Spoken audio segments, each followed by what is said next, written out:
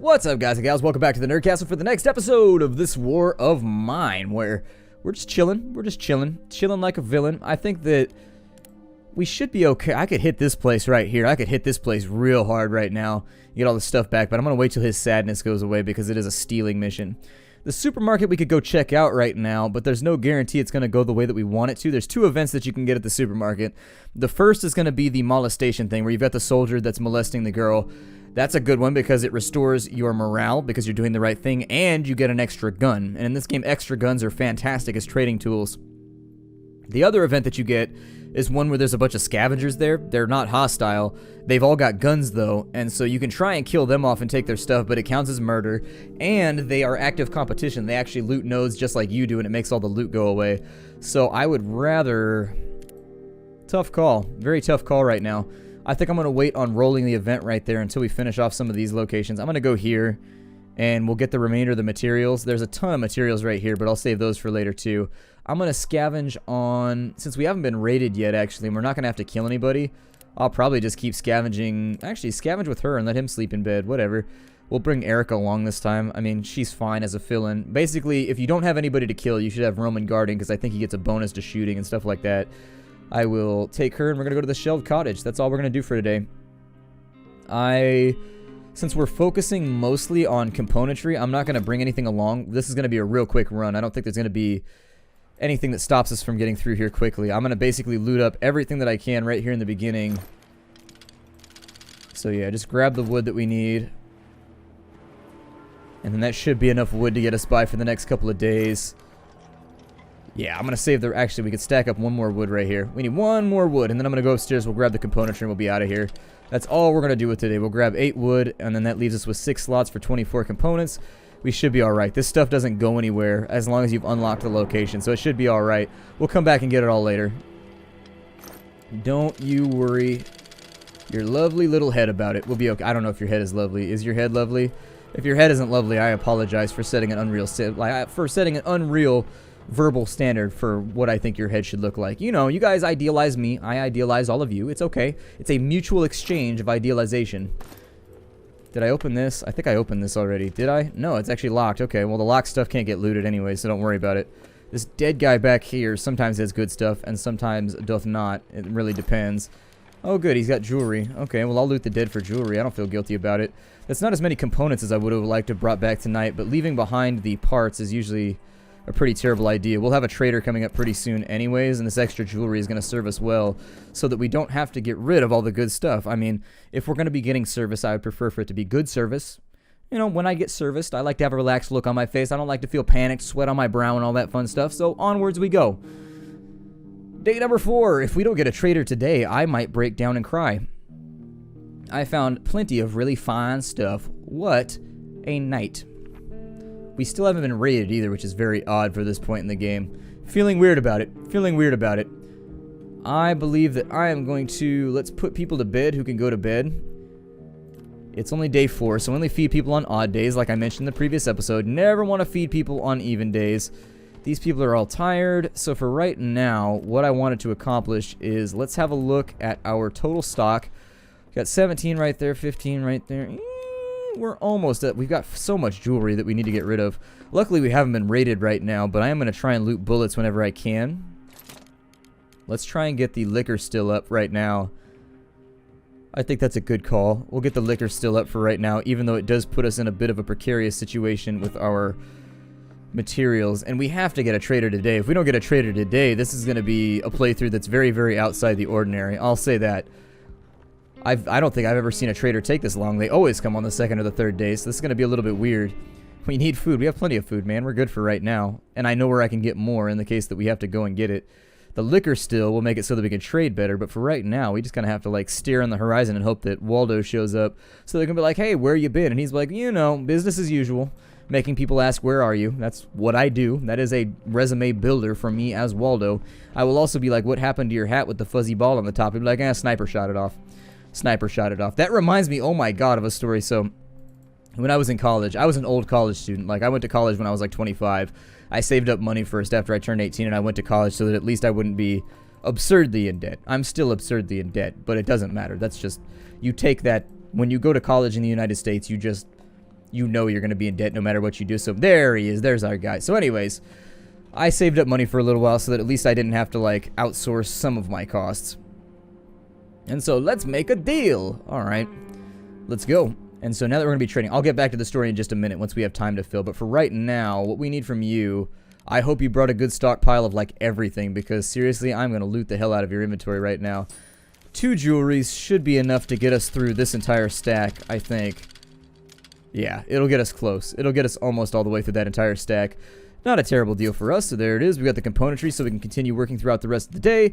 What we want to do right now is this is the best deal you are ever going to get from Franco. As you go deeper and deeper into the game, he actually starts to become more and more one-sided when he trades with you, so keep that in mind as you're trading with him. It's better to trade things in the early game than in the late game. The next stack that we're going to take is going to be as much wood as we can possibly pile on. So there's that right there. I'm totally fine with that deal. That deal seems okay to me. The next thing we want to do is we more than likely want to start moving around some of the stuff that we're not going to be using for stuff that we can use in the future.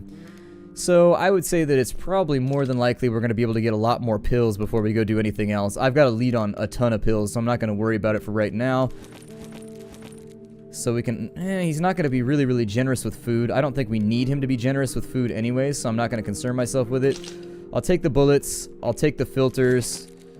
I will take as many of those as we can pile in.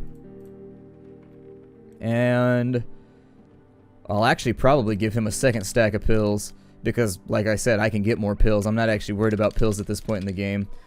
We'll take those. I'm going to load on as much sugar and water as I can. And maybe a few extra woods.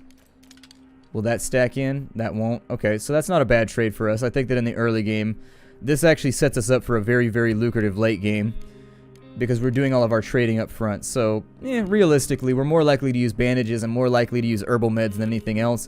I usually actually don't worry about pills that much, so there it is. And we'll send him on his way until we get more guns to trade off. Now that he's gone and done, I will continue my story. I went to college, and I had a friend in college. It was her 21st birthday, and we were in class, and she was like, I don't know what I should do for my 21st birthday. And I was like, well, I'll tell you what you shouldn't do. If you remember your 21st birthday, you messed up. Like, your 21st birthday should just be a haze of you being intoxicated. That's all it should be. Because in the United States, 21 is the legal drinking age.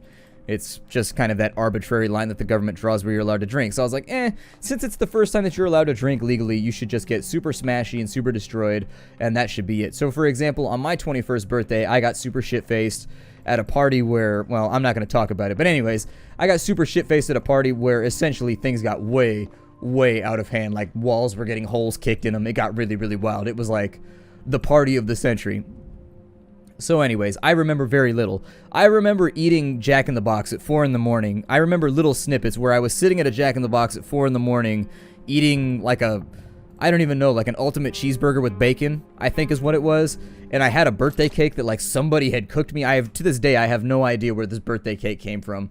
There was a birthday cake in the back of my car just like sitting there that nobody had taken a slice of. It was just like a birthday cake that somebody at the party had decided in their like drug-induced haze to cook for me. And it was just like we played Smash Brothers till like 3 a.m. I have snippets of that. And that's my point, is that basically you should have shards of memory from your 21st birthday if you did it right. And the teacher who was sitting there at this moment, it's not day 5, is it? No, it's day 4. Don't ask me how I can see that through the fuzz right there, but I can. A lifetime of being nearsighted and always seeing things fuzzy has made it so that I can see things at a distance. I don't know what I should do right now. Maybe make some alcohol, although we don't really have the supplies to do it. So, I'm a little bit on the fence about that. Is anybody else tired right now, or is she like the last hanger-on about tiredness? Okay, so anyways, the teacher pops in and he's like, I remember my 21st birthday. And I was like, oh yeah, what happened on your 21st birthday? And it was like the biggest Buzz Killington moment in my entire life. Like, seriously, this was the ultimate Buzz Killington moment that has ever happened. He said, on my 21st birthday, I was in Vietnam, and a sniper almost took my head off. And the room just got hella quiet. Like, ridiculously quiet. And I was like, well, there's no way for you to respond to this situation properly, because the room got really quiet and everybody's just like, well, we were all joking and like laughing about our 21st birthdays until that happened, and now all of us are sitting in the room just like, well, where do we go from here? And I tried to recover because I'm a smartass like that. I tried to recover by being like, well, I feel like there are certain exceptions and exclusions to the rule. Like, obviously I wasn't ready for you to be like, a sniper almost shot off my head on a 21st birthday. That really seems like it's outside the norm of what a 21st birthday looks like in the United States. Like, obviously, this has happened to some selective subset of the population, but it's not something that I was prepared for along the way with this joke that I had concocted for all of you. So now we're all sitting here quietly just kind of looking at each other, and then he just starts laughing. Like, he just starts dying laughing. And we're just like, wow, I'm not sure what's going on, right? And the story's true. Like, he was totally deployed in Vietnam, and like, I asked him later on, I was like, were you jerking my chin? He's like, no, I was being totally serious. It was just funny seeing all of your faces after I said it. And I was like, you all had no idea where to go from right there. Like, well, it was definitely like, if you wanted to kill a conversation, congratulations. You gave it a 38 to the brain. That's, you basically hung it from the ceiling. But yeah, that was both my 21st birthday story and my Buzz Killington story all rolled into one. Let's bypass this day because, I don't think we can really do anything unless we can upgrade this right here. Can we? Oh, we can. Can we upgrade the metalworking shop? I feel like I messed up. Oh, we're almost there. So I need to bring back like some assortment of components tonight. That's fine. I'll take somebody out tonight and it'll be fine. He's still hungry. In his bio, what does it say? I used to be an optimist. Oh, we broke the game. Damn it. There we go. We'll bring it back. So tonight I'll take out Erica to scavenge. We'll leave him to guard. We will put him in bed to sleep for right now because he's got to cook us dinner on the next day. And there's huge amounts of parts and stuff over here. I don't think I'm going to take them. I mean, there's still stuff for us to loot over here, but I'm going to come back for it later. I think that for right now, we need materials. Which actually means that... Well, the supermarket's a tough call, because what happens is if the scavengers are there, you need to loot it in the first day. You need to get everything out of that place that you can if the scavengers are there. If it's the soldier guy, you're good. But I'm going to save that because nobody's going to loot this until I spawn the event for the first time. And so I think what I might do... Let's just go for the shell cottage because I know what I need out of this place. So let's go. The shell cottage. We'll bring the crowbar along because we've got to break open a couple of locks. I'm not talking about the Yiddish food locks, which I have had. Locks are interesting. Locks and bagels. I had a friend back in the day and his family... They were Jewish, but they weren't like Orthodox. Like they didn't go to synagogue or anything, but they still had like traditional foods every now and again, and they still did like Hanukkah and everything. You know what I mean? So it was like, you know, like a 1 foot over. It's like an Easter Catholic. You know what I mean? Like you grab the parts that you like, and then you're like, and you just like don't do the other parts that are like inconvenient. It's all good. It's all good. Nobody cares. But anyways, that's where I had my first sampling of Jewish cuisine. It wasn't bad. I mean, I think it was hit or miss for me, just like anything else. It's just like I don't like everything in Hawaiian food or like everything in Indian food, but there are definitely certain things that I really, really like. So, I mean, by and large in life, if somebody offers you like a new experience, you should just like go for it and like shove it in your mouth. Whatever. What's the worst that could happen? That's the worst advice ever. I can see it in the newspapers already. Child shoves new thing into mouth. It was not as expected. Blame Splattercat, internet personality.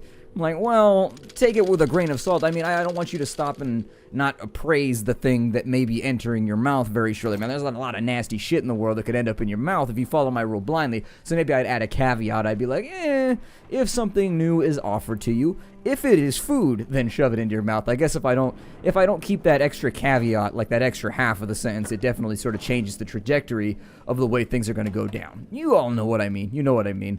So hopefully I don't utterly destroy some childhoods. I'm gonna be quiet now. On this side, we've got more than enough vegetables for right now. I should probably bring back stuff that's a bit more valuable, like either the bullets to defend our house or the pills. Let me search everything else and make sure that I haven't walked away from any more pills here, because I thought there was a couple stacks of pills somewhere. Like, I thought there was like 2 herbal medications and a pill in here. Maybe that was in one of my other playthroughs. I don't know. My memory's always hazy when I play this game, because all of the runs, they run into each other. Okay, so it was... Alright. Let me get rid of that stuff right there, and we'll bring those back with us, just to make sure that nobody else gets their nappy little fingers on them. Let me check all the other stuff, too. Like, this sometimes has pills in it, and I just want to make sure that we don't have anything that can stack for right now, because you want to get the best out of every run that you can. So, if you could find extra stacks around to make this work, you should definitely go for them. Let me run upstairs real fast. We'll see what we can do right here.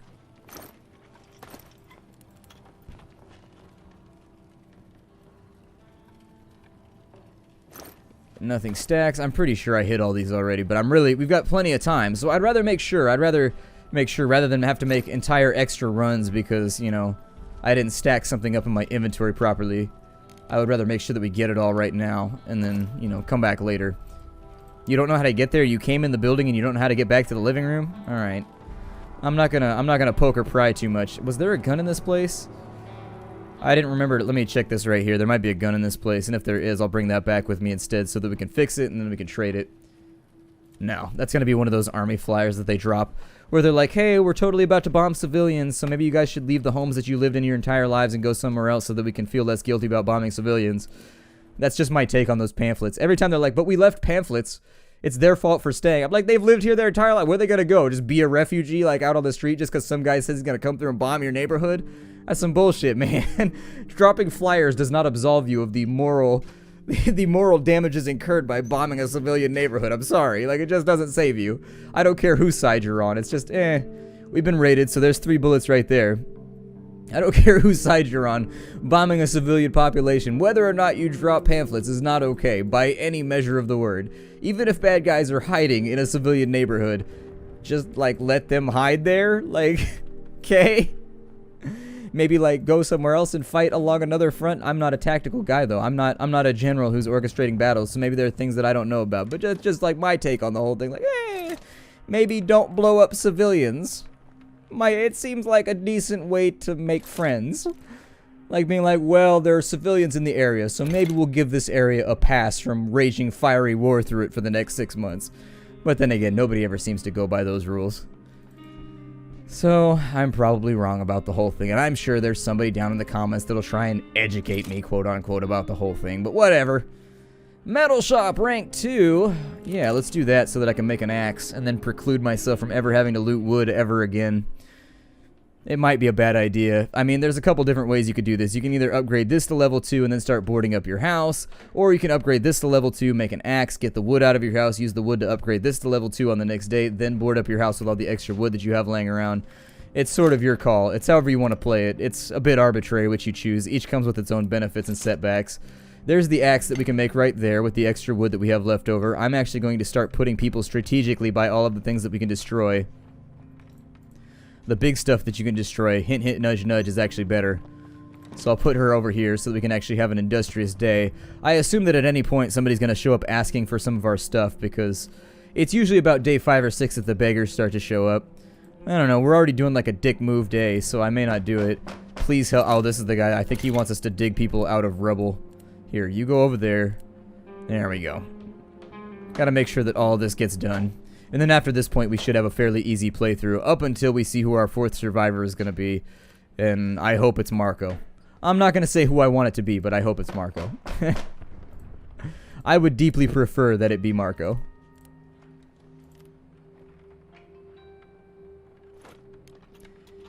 It's day 5, so if this guy wants us to dig people out of rubble... Oh, he's been shot by snipers. Okay, so what I need to do right now is I actually need to cook up meals right here for everybody. And she's tired, so unfortunately, had I made her rest first, we'd be alright right here. I'm actually just going to cook 3 normal meals, like, right up front, because I'm going to save... We have more normal food than we have vegetables. And since we have 3 people, it's going to leave this thing as all kind of odd. I'm going to send Bruno out to help with this. I'm going to have her sleep. He's going to hang out right here, and he's going to be like, have a heart! Come help me, even though I've already made the decision to help him. But it's got to be Bruno. That's the only person that I can send out to help with it. So we'll have them grab some food. Sometimes good stuff happens when you help with these things. Sometimes you get no reward out of it, but doing the right thing actually raises everybody's morale. So we'll carry the bloodied corpse across the courtyard in the interest of immaterial rewards, I guess. For treasures in heaven or something. I don't know. I had a teacher. I went to like a reform... I went to like... It was a Christian school, but it was for like bad kids. And so, like, I had this teacher, I remember this to this day, where I was very serious about the whole thing. It was kind of like this Han Solo moment, where the teacher was like, in this life, we have to prepare for treasures in heaven, and you did the right thing, and so right now, I bet the Lord has set aside a crown for you. And I remember haggling with her. I remember being like, well, 1 crown, like, and I was like 9 years old. I was like, well... How much exactly is a crown worth? I remember asking that question, her like laughing like it was the funniest thing ever. And I'd be like, hell yeah, I'll haggle with Jesus. Let's haggle with Jesus right now. I feel like if I'm going to do the right thing to the detriment of myself, let's deal right here, Jesus. You're saying 1 crown. I'm saying like a crown and maybe a scepter. I'm saying that, you know, let's just haggle and deal a little bit. And then Jesus comes back with like a crown and 5 doubloons, and I'm like, okay, that's a little bit better. You never wanted to quote Bill Burr, you never want to deal with the boss's son. You want to stay away from that as much as possible. But you know what? I'll be damned if I'm not going to haggle with the guy and see if maybe I can get a better deal out of this whole thing. That's just who I am. And I remember the teacher like crying, thinking that was like the funniest thing. Then again, this same teacher, I remember she lifted a little girl like off the ground by her arm. We had corporal punishment at our school. Like the teachers were allowed to beat the students. Like seriously, like full on like beat the students. Like they were allowed to take you out back and like whoop you. Like straight up whoop you like old school Southern style. Like my grandparents talk about whoopings. And you'd be like, damn. I think I told this story of my dying light, but I'll tell it for you guys in case you missed it. Just in case you only watch my channel for this war of mine. Like, the teachers had a cricket bat with holes. They had 2 things. I remember each of these. They had a cricket bat with holes cut in it that they could hit you with. They had, like, one of those pizza sticks that you put pizzas into the oven with holes cut in it that they could hit you with. And then they also had a belt. They had all of those things. I got the little wooden paddle thing. I didn't get the cricket bat because that was for the older kids in, like, high school. And I didn't get the belt because that was for kids in, like, junior high. It was divided by age. The younger you were. But I remember one time they whipped a girl so bad she had to go home. Like, she couldn't walk afterwards. She had, like, bruises and stuff. Like, seriously. How this place has not suffered indictments, I'm not really sure. They don't do it anymore. But I remember they whipped a girl one time, like, a 3rd grader had heard her parents fighting. And she said the F word. I remember that. She said that she heard her parents say the F word, but she said, like, the F word. Like, she just, like, said it in front of the teacher. This is a PG-13 channel, so I'm going to try not to say it unless it's in written dialogue. Because, But anyways, she dropped an F-bomb, like, right in the middle of the classroom, being like, teacher, what does mean? And the teacher took her to the principal's office, and they whipped her so bad she had to go home because she was, like, covered in bruises and stuff. Like, this was back in the 80s, but seriously, like, well, early 90s, I guess. But seriously, though. Like, how do you whoop a little, how do you beat a little child like that? I don't know. Sometimes I think about things that, as you get older, you start to think about things that happened when you were younger, and like the mechanisms that allow those things to happen, and like the controls that exist that gave people the power over like children like that. I can't imagine anything happening like that nowadays. I do think that a parent would come down and probably shoot a teacher if that happened nowadays. It'd get ugly. But, you know, I'm not necessarily educated about all this stuff. Let's go ahead and we're gonna, well, I don't know. We're gonna go ahead, we're gonna take our lady friend on over, and I think we're gonna scavenge this shelled out cottage. Let's go and run in straight through the front door. Make sure we get the stuff out of the fridge first. Bang, bang, bang. Grab all that sugar first, obviously, so we can get our moonshine on. The water is gonna be useful as a multi-purpose substance, and then we got the tobacco right there to make some ciggies in a little bit. Might work out, help us trade a bit. The cigarettes in this game are actually quite a bit more valuable than I actually gave them credit for on first appraisal. They're not incredibly valuable, but the thing about the cigarettes is that you can really get a hold of them. And once you've got the cigarettes in a mass volume, like seriously, they're easy to mass produce. You can get 60, 80, 90 cigarettes in a 1 week, 2 week period fairly easily if you trade specifically for them. And at the same time, they seem to carry a reasonable amount of value. Like they really, really do. And so you can flip around, I think if you got like 45 cigarettes, you can trade for just about anything you want in the entire game in mass. Not even like 45 cigarettes for one gun or whatever, but 45 cigarettes will get you like the gun, the bullets, some liquor to go along with it, just in case you'd like to get yourself all sauced up and fire up a couple rounds. I will admit that in the past, I have been indicted for such things. No, not formal indictments, but I had a friend when I was growing up. He was one of my punk rock friends back when I was into the punk rock scene, and he had a ranch. Like his parents had like way out in the country, they had like a place, and every now and again we just got like schnackered and shoot shotguns at stuff. Probably should have been supervised in retrospect, but we were 16, young, excited about the prospects of both liquor and firearms. Not something that as like an almost 30-year-old adult I would recommend like my child to do. Like if I found out, I'd be like, well damn, you are most assuredly grounded, amigo. But I was a wild child. I know that I haven't even told like half the good stories because like I'm pretty sure if I told the good stories they would be like funny and impressive, but like half my fan base would disappear in a period of like 5 minutes. Like I can't tell the really good stories because they're just not like sociable. It's just not something I can get away with. Basically, I'm trapped with these stories in my head that I can never tell. Sigh. Let's see if I can find any more tomatoes. If we can find a few more rotten tomatoes, get our movie reviews going on right here, we can bring those back with us so that we can fertilize some of our traps in the future once we start getting those laid out. My goal right now is... Oh, we got extra veggies too? Okay. The water and the sugar, kind of self-explanatory why I'm carrying that around, because we can make a bunch of liquor, which then allows us to trade for things that we need in the future. It actually looks like we got nothing but wood back up in and over here.